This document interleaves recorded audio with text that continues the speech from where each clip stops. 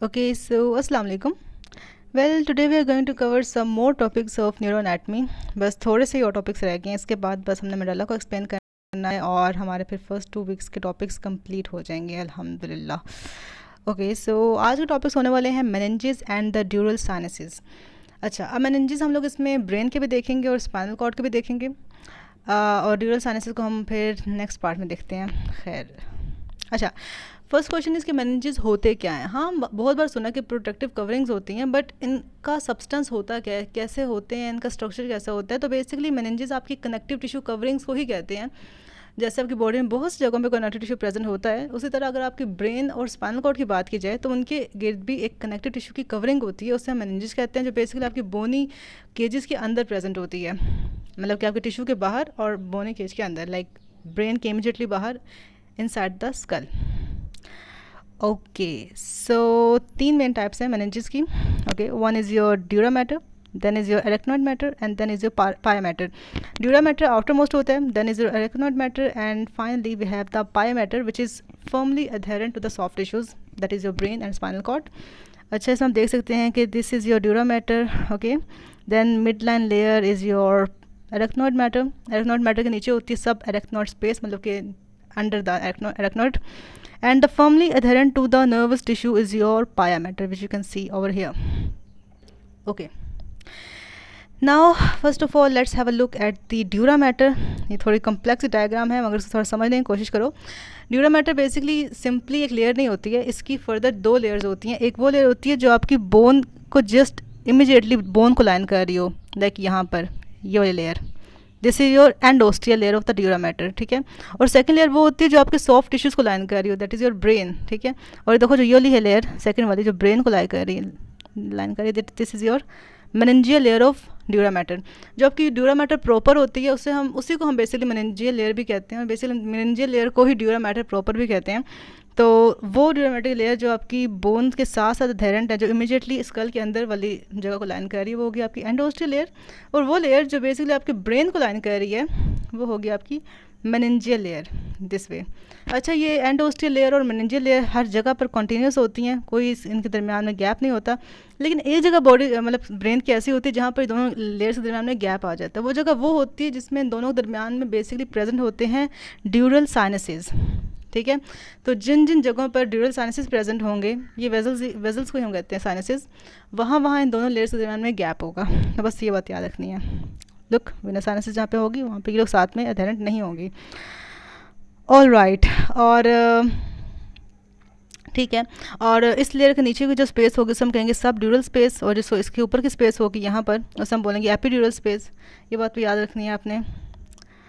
Next, अच्छा, अगर dura mater की बात की जाए तो ये बहुत इंपॉर्टेंट लेयर है, ये आउटर मोस्ट लेयर होती है मेनिंजेस की, और ये कुछ सेप्टा या कुछ प्रोजेक्शंस देती है, जिसने बेसिकली क्रेनियल कैविटी को डिफरेंट कंपार्टमेंट्स में डिवाइड किया होता है। फिर उन कंपार्टमेंट्स को different areas of brain occupy कर लेते हैं, ठीक है। अब इन कंपार्टमेंटाइजेशन की का रीज़न क्या होता है, का पर्पस क्या होता है इनका, क्यों कंपार्टमेंटाइजेशन हमने करने क्यों है। वो बेसिकली हम इसलिए करते हैं क्योंकि अगर कभी भी आपकी हेड को एक स्वीयर एक्सेलरेशन या डिसलेरेशन मिले, मतलब आपका हेड स्वीयरली मूव करे, तो जो आपका अंदर का सॉफ्ट टिश्यू, जो आपका ब्रेन है, उसको इतनी मूवमेंट या इतनी विगरस उसकी मूवमेंट ना हो, वो अपनी जगह पर कायम रहे। Just like we had certain ligaments to support the spinal cord in the vertebral canal, in the same way we are having these septa to keep the brain in its place. Okay. अच्छा, तो जो इसकी extensions होती हैं dura mater की, dura mater सबसे outer most था, remember, जो इसकी एक्सटेंशंस होती हैं इनसाइड द क्रेनियल कैविटी, उसको हम लोग फिर 4 हिस्सों में डिवाइड कर लेते हैं। इसको हम अलग अलग स्टडी करते हैं। One in the falx cerebri, other is the falx cerebelli, then is the tentorium cerebelli and then in diaphragm sellae. अच्छा, ये ज़रा मुश्किल से नाम है, लेकिन इसको देख कर डरना नहीं है। इनकी जो एक्सप्लेनेशन है वो बहुत ही आसान है, हम बहुत जल्दी कर सकते हैं। अभी करते हैं। ओके, सो रिवाइज कर लो इसको एक बार। Falx cerebri, falx cerebelli, tentorium cerebelli and the diaphragm sellae. ये ई में एब्सेंट है, सेले होता है, डायाफ्राम सेले, ठीक है। तो ये 4 एक्सटेंशंस हैं हमारे ड्यूरा मैटर की, जो बेसिकली क्रेनियल कैविटी को डिवाइड किए हुए हैं इन डिफरेंट कंपार्टमेंट्स। और आइए देखते हैं इसकी एक्सप्लेनेशन क्या है। अच्छा, जो हमारा पहला था ना इम्पोर्टेंट एक सेप्टम, उसका वो था फॉक्स सेरिब्राई। अच्छा, ब्राई बेसिकली यहाँ पे ब्रेन सेरिब्रम के लिए यूज़ हुआ है, जैसे देखो एक है सेरिबेलाई, सेरिबेलाई सेरिबेलम के लिए यूज़ हुआ है और सेरिब्राई सेरिब्रम के लिए यूज़ हुआ है, ठीक है। अच्छा, तो फॉक्स सेरिब्राई का पर्पस ये होता है कि ये ना एक कर्टन लाइक होता है, जैसे वो पर्दा नहीं होता, लाइक औरतों और मर्दों को अलग अलग करने के लिए बीच में पर्दा लगा देते हैं। इसी तरह ना ब्रेन सेरिब्रम के दोनों मेन लॉब्स को आपस में डिवाइड करने के लिए ना दरमियान में से ना एक ऊपर से, ये तो खैर लेटरल सेक्शन है ना, ऊपर से एक बड़ा सा पर्दा से दरमियान में झिल्ली से लटक रही होती है ऐसे नीचे की तरफ, जो राइट और लेफ्ट सेरिब्रम के लॉब्स को डिवाइड कर देती है, मतलब उनको सेपरेट रखती है। अच्छा हाँ, एक और चीज़, ये जो कंपार्टमेंटाइजेशन हुई होती है ना, कंप्लीट नहीं होती। हमारे डिफरेंट एरियाज ऑफ ब्रेन आपस में कम्युनिकेट कर सकते हैं, क्योंकि देखो नीचे से बिल्कुल फ्री होता है इसका एरिया, मतलब बाकी सारी जगह से कम्युनिकेशन हो सकती है। तो हमेशा ये बोलना है कि जो कंपार्टमेंट्स होते हैं, जो सेप्टा होते हैं, ये बेसिकली ब्रेन को डिफरेंट एरियाज़ में वर्चुअली डिवाइड करते हैं या पार्शली डिवाइड करते हैं, वो कम्युनिकेट आपस में कर सकते हैं। अच्छा, ये बात होगी। अब इसकी ये जो हमारे पास एक आया है सेप्टम सा, इसकी अटैचमेंट्स हमने देखनी है कहाँ कहाँ होती है। अब लेटरली है तो कंफ्यूज मत होना, बेसिकली आपके बिल्कुल सर के सेंटर में, ब्रेन के सेंटर में पड़ा होता है और ये आपके लेफ्ट और राइट लोब्स को डिवाइड किया होता है। अच्छा, आपने एंटीरियर क्रेनियल फोसा में पढ़ा था एक वर्ड जिसका नाम था फ्रंटल क्रस्ट, वो फ्रंटल बोन पे था। यहाँ पर आपको यहाँ नज़र आ रहा होगा, this one is a frontal crust. और इसके पीछे क्रिस्टा गिलाय भी पड़ा था, जो आपकी एथमड बोन की रिज था, एथमड बोन का। तो वहाँ से इसकी स्टार्टिंग होती है, वहाँ से लगा होता है, वहाँ से ऊपर मूव करता करता पूरा पेरियोस्टम के साथ जाता जाता जाता जाता पीछे तक, पता है कहाँ तक जाता है? ये जाता है इंटरनल ऑस्पिटल प्रोट्यूबरेंस तक। ये वाली कहाँ गई? ये अच्छा, एक सेकेंड, ये यार यहाँ पे जा नहीं रहा मेरा पॉइंटर, ये वाली, ये देखा नहीं जा रहा। खैर ये वाली है, इसके नीचे ये ऑलमोस्ट चले गया। तो बेसिकली पीछे इंटरनल हॉस्पिटल प्रोट्यूबरेंस तक जाता है और आगे आपके फ्रंटल क्रस्ट लगा होता है। तो ये पूरी सी ना एक झिल्ली सी बन जाती है जो लेफ्ट और राइट पार्ट्स ऑफ सेरिब्रम को आपस में डिवाइड किया होती है। तो from the frontal crust up till the internal hospital protuberance, okay. और इसकी अटैचमेंट यहाँ पर भी होती है। अच्छा, यहाँ पर एक और हम आगे पढ़ेंगे, टेंटोरियम सेरिबेलाई, वो बेसिकली सेरिबेलम के ऊपर एक शीट सी होती है, तो उसके साथ भी ये अटैचमेंट लेता है, ठीक है। तो इसकी अटैचमेंट 3 जगहों पर है मेन, कहाँ कहाँ? फ्रंटल क्रस्ट पर, इंटरनल हॉस्पिटल प्रोट्यूबरेंस पर और टेंटोरियम सेरिबेलाई पर। बस इसकी अटैचमेंट्स याद रखनी है आपने। और बस एक पर्दा सा होता है जो डिवाइड किया होता है, बस यही बात है। और इसमें कुछ वेजल्स, कुछ साइनसेस रन कर होते हैं, वो हम आपको आगे पढ़ाएंगे, उसकी आपने टेंशन फ़िलहाल नहीं लेनी है। तो देखो यार, ये भी वही चीज़ है, ठीक है। ये भी आप देख सकते हो कि किस तरह से आपका फॉक्स सेरिब्राई। अच्छा, एक बात याद रखना, जिसका एंटीरियर पोर्शन होता है वो ज़रा नैरो सा होता है और जिसका पोस्टीरियर पोर्शन होता है वो थोड़ा ब्रॉड सा होता है। ये बात याद रखना, आप इसको एंटीरियर और पोस्टीरियर में इस तरह से आइडेंटिफाई कर सकते हो कि उसका एंटीरियर पोर्शन है जो नैरो होगा और पीछे वाला उसका थोड़ा ब्रॉडर पोर्शन होगा फॉक्स सेरिब्राई का। और ये आप देख सकते हो आगे आपका फ्रंटल क्रस्ट है और ये मैं आपको दिखा देती हूँ, इंटरनल हॉस्पिटल प्रोट्यूबरेंस यहाँ पे होती है। तो यहाँ से लेकर पूरा all the way here attach हुआ होता है। अपर इसका मार्जिन बिल्कुल फिक्स हुई होती है, नीचे वाली ज़रा इसकी फ्री मार्जिन होती है। तो ये बात हमेशा याद रखनी है, अपर मार्जिन इसकी हमेशा फिक्स्ड होगी, लोअर वाली हमेशा फ्री होगी। ओके, ये समझ आ गया। टेंटोरियम सेरिबेलाई, टेंटोरियम सेरिबेलाई क्या होता है? आई टोल्ड यू कि ये एक टेंट की तरह का, एक शीट की तरह की लेयर होती है जो आपके सेरिबेलम के ऊपर पड़ी होती है और सेरिबेलम को सेपरेट कर रही होती है फ्रॉम योर सेरिब्रम, ठीक है। तो सेरिबेलम को और सेरिब्रम को सेपरेट करने के लिए एक शीट जो पड़ी होती है, that is called as tentorium cerebelli. अभी हम लोगों ने फॉक्स सेरिबेलाई नहीं पढ़ा, अभी हम लोग टेंटोरियम सेरिबेलाई की बात कर रहे हैं, दोनों में फ़र्क है, ठीक है। अच्छा, यहाँ पर एक बात याद रखना, जो है ना आपका टेंटोरियम सेरिबेलाई, ये पूरा सेरिबेलम के ऊपर ना ऐसे एक्सटेंड किया होता है, दोनों को बिल्कुल सेपरेट किया होता है।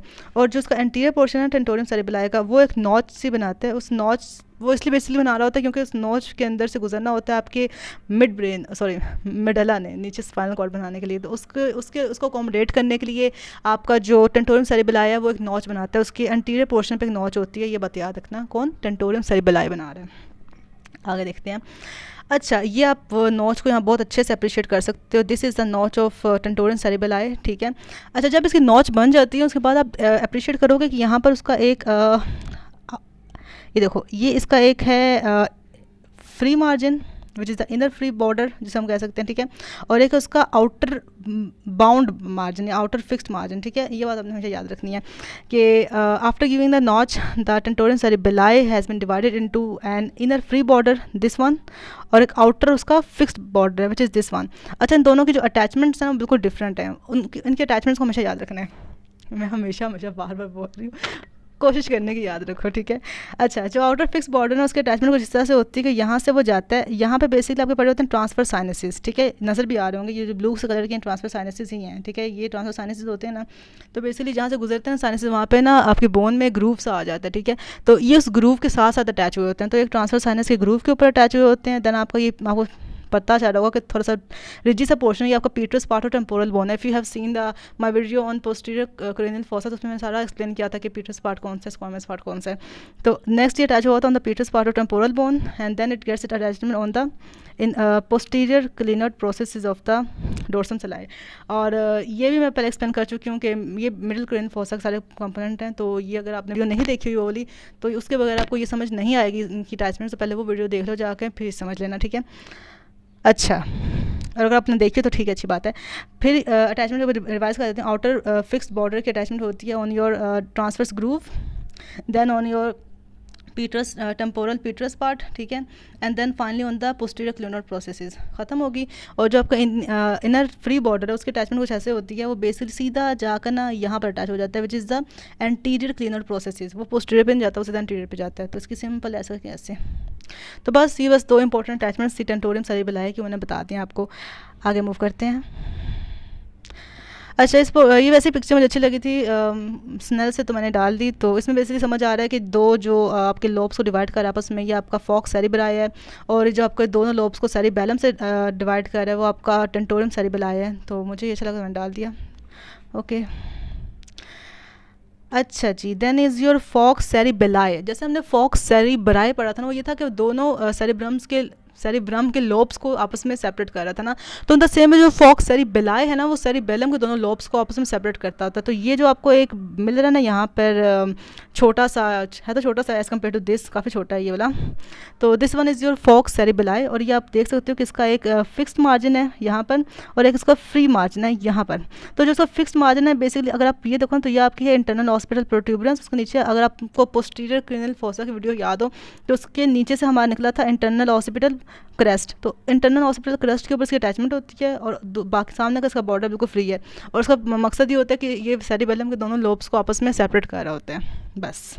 हाँ, और एक और इम्पॉर्टेंट बात कि यहाँ पर जो इसकी ये वाली जगह है ना, जहाँ पे ये अटैचमेंट ले रहा होता है, इस अटैचमेंट में से आपकी हॉस्पिटल साइनस रन कर रहे होते हैं, क्योंकि खैर साइनस हमने आगे पढ़नी भी है, लेकिन आप बस एक पॉइंट याद रखना कि इसके ऊपर से हॉस्पिटल साइनस भी रन कर रही होती है। खैर, अच्छा, स्टिल एक फ़ोटो जो मुझे अच्छी लगी थी तो मैंने डाल दी इसमें। तो ये वाला आपका कौन सा है, फॉक्स सेरिबेलाई, ये वाला है आपका टेंटोरियम सेरिबेलाई, और ये वाला जो छोटा सा क्रस्ट है, दैट इज़ क्रस्ट तो नहीं, खैर इसको सेप्टम बोलेंगे, वो है आपका फॉक्स सेरिबेलाई। बस हो गया, ओके। देन ये भी आई थिंक हाँ मैंने वैसे ही डाली हुई है, क्योंकि इसमें सारी दोबारा से एक्सप्लेनेशन है। तो ये अगेन आपका फॉक्स सेरिबेलाई, आप देख सकते हो कैसे दरमियान में डिवाइड कर रहा है। ये आपका टेंटोरियम सेरिबेलाई, ठीक है, and this one is your वो फॉक्स सेरिबेलाई, ठीक है। आसान सी चीज़ें, इतनी मुश्किल नहीं है। अच्छा, अब एक आखिरी चीज़ उन लोगों को बताना चाहती हूँ। इसमें हमारा लास्ट वाला था सेप्टम्स का नाम था, रिवाइज करो ज़रा, डायाफ्राम सेले, ठीक है। अब डायाफ्राम सेले कहाँ प्रेजेंट होता है? अगर आप लोगों को मिडिल क्रेनियल फोसा याद है, तो उसमें मैंने आप लोगों को एक्सप्लेन किया था कि यहाँ दरमियान में ना सेला टर्सिका के दरमियान में हाइपोफिजियल फोसा पड़ा हुआ, जिसके अंदर आपका पिट्यूटरी ग्लैंड पड़ा होगा। तो ऐसे आपका पिट्यूटरी ग्लैंड यहाँ पड़ा होता है, ठीक है। उसके ऊपर से ना उसको एक डायाफ्राम ने, एक झिल्ली ने कवर किया होता है, तो झिल्ली को बोलते हैं डायाफ्राम सेले, सिंपल। मतलब कि हाइपोफिजियल फोसा में पिट्यूटरी ग्लैंड के ऊपर एक जो झिल्ली सी है उसको हम डायाफ्राम सेले बोलते हैं, और उसमें उस झिल्ली में एक ओपनिंग होती है जहाँ से स्टॉक ऑफ पिट्यूटरी ग्लैंड बाहर निकली होती है। So that was all. देखो ऐसे, देखो ये पिट्यूटरी पड़ा हुआ है, ये डायफ्राम सेल है, उसके अंदर एक ओपनिंग है for the passage of the stock of the infundibulum of the pituitary gland.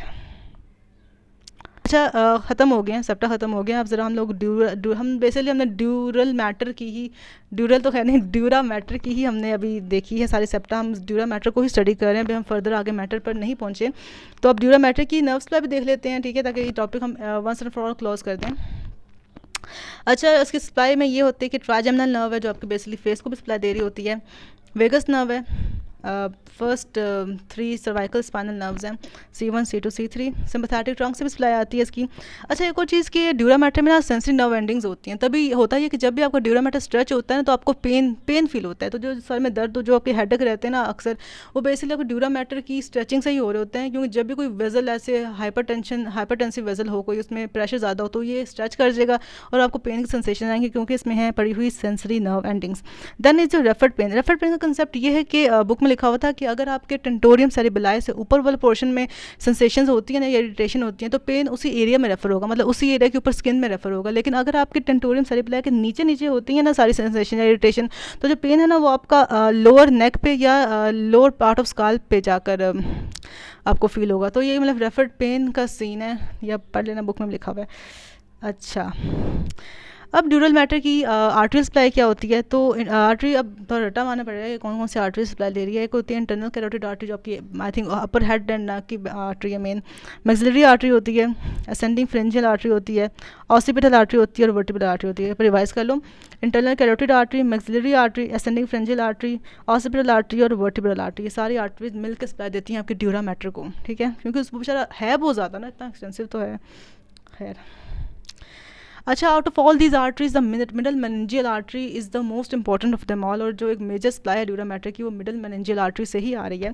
अब middle meningeal artery basically branch है आपकी मैक्सिलरी आर्टरी की, ठीक है, और ये राइज कहाँ होती है, राइज होती है in the infratemporal fossa, definitely temporal region के आसपास से कहीं होगा, ठीक है। मुझे इसकी कोई खास इमेज मिली नहीं है इसके कोर्स की, वरना मैं वो भी डाल देती। खैर, अब आप लोग जैसे इमेजिन ही कर सकते हो कि ये मैक्सिलरी आर्टरी से आती है in the infratemporal fossa. फिर ये क्रेनियल कैविटी में एंटर होती है थोड़ा फोरम एंड स्पिनोसम। अगर आपको फोरम एंड स्पिनोसम का नहीं पता तो अब आप लोग दोबारा से वीडियो देखो, my video on middle cranial fossa. तो बेसिकली मिडल क्रेनियल फोसा का जो मोस्ट पोस्ट्रोलैटरल एक जैसे कह सकते हैं कि एक फोरामन था, ठीक है, छोटा सा, उसमें से गुजरती है और फिर क्रेनियल कैविटी में एंटर हो जाती है। वहाँ पर ये जाकर जैसे एंटर होती है तो मेनिंजियल और एंडोस्ट्रियल लेयर्स ऑफ ड्यूरा के दरमियान में रन करती है। फिर अब देखो लेटरल साइड पे कहीं घूम रही है, तो लेटरल वहाँ पे टेम्पोरल बोन भी पड़ी होगी, तो उसके ऊपर एक ग्रूव में रन करने लग जाती है। एंड देन आपके पैराइटल बोन में, मतलब टेम्पोरल से पैराइटल में ट्रांसफ़र हो जाती है। फिर एंड इसका जो एक आखिरी इसका जो डेस्टिनेशन है ना वो होता है पोस्ट प्री सेंट्रल जायरस, वहाँ चल जाती है। अच्छा, अच्छा हाँ, इसकी एक एंटीरियर ब्रांच है जो प्री सेंट्रल जायरस तक पहुंचती है, और इसकी पोस्टीरियर ब्रांच है जो आपके posterior part of dura mater supply करती है, क्योंकि जब pre central gyrus I think anteriorly पड़ा होता है और पोस्टीरियर पार्ट अलग से पीछे पड़ा होता है, तो ये करती है वो, ठीक है। देन मेनिंजियल वेंस भी होती हैं, और मेनिंजियल वेंस हमेशा एंडोस्टियल लेयर ऑफ ड्यूरा में रन करती हैं। ये बात हमेशा याद रखना, क्योंकि ये लोग हमसे एमसीक्यू में बात पूछ सकते हैं कि मेनिंजियल वेंस मेनिंजियल लेयर में होते हैं या एंडोस्टियल लेयर में होते हैं, तो याद रखें कि ये एंडोस्टियल लेयर ऑफ ड्यूरा मैटर में पड़ी होती हैं। और जो मिडल मेनिंजियल वेन है, डेफिनेटली जैसा कि middle meningeal artery main artery है, तो वैसे middle meningeal when he main आपकी वेन होगी। वो along with the branches of middle meningeal artery run कर रही होती है, एंड वो ड्रेन होती है टेरिगोड प्लेक्स वीनस प्लेक्सस या स्फीनोपैराइटल साइनस। अब इस स्फीनोपैराइटल साइनस क्या है, ये मैं तुम लोगों को आगे दिखाती हूँ। ये साइनसेस हमने करना है, और बेसिकली यार कुछ इमेजरी वेंस होती हैं जो ना, इमेजरी वेंस का काम ये होता है कि वो ड्यूरल वेनस साइनसेस को कनेक्ट करती हैं with the diploic sinuses of the skull, मतलब कुछ important veins of the skull के साथ ना आपके ड्यूरल साइनस को कनेक्ट कर रहे हैं इमेजरी वेंस। तो स्फीनोपैराइटल साइनस भी ना एक तरह की इमेजरी वेन है, ये भी कनेक्ट कर रही होती है, तो इसके ज़रिए भी जा सकती है, और टेरिगोड प्लेक्सस में डायरेक्टली भी जा सकती है, इसकी अपनी चॉइस है। और वेंस हमेशा लाई करेंगी लेटरल टू द आर्टरी, ये भी याद कर लेना, तुम लोग से मैं एमसीक्यू से पूछूंगी। चलो, okay, what are dural sinuses. अच्छा, एक काम करते हैं, यहाँ पे वीडियो को स्टॉप करते हैं और हम ड्यूरल साइनसेस को नेक्स्ट वीडियो में देखते हैं, ताकि ये वीडियो थोड़ी छोटी बन जाए।